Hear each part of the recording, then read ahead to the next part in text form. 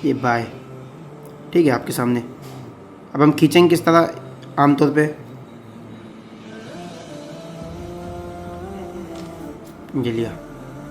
हम करते क्या, इसको उठाया जो है पहले ही और यूँ रखा और डायरेक्ट खींचना शुरू कर दिया।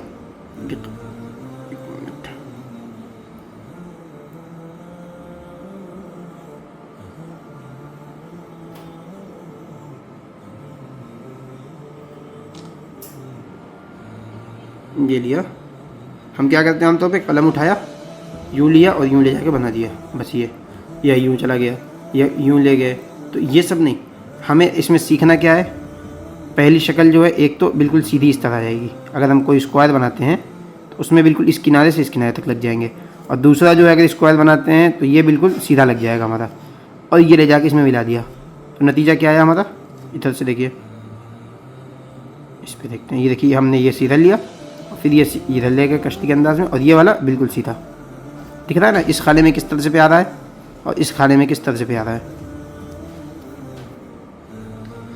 अब इसी को देखिए हम हूबहू बनाएंगे। अगर ये रेड वाले हम डिलीट कर देते हैं सब, तो ये हमारे देखिए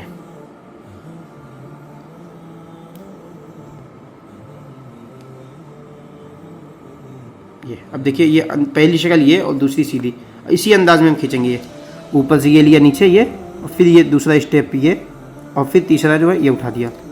हमें देखना है इसमें, देखिए हमने दिया इसमें स्टेप, पहला नंबर ये लिया, आप नीचे ले आए, यहाँ तक रोक दिया कलम, यहाँ से लाके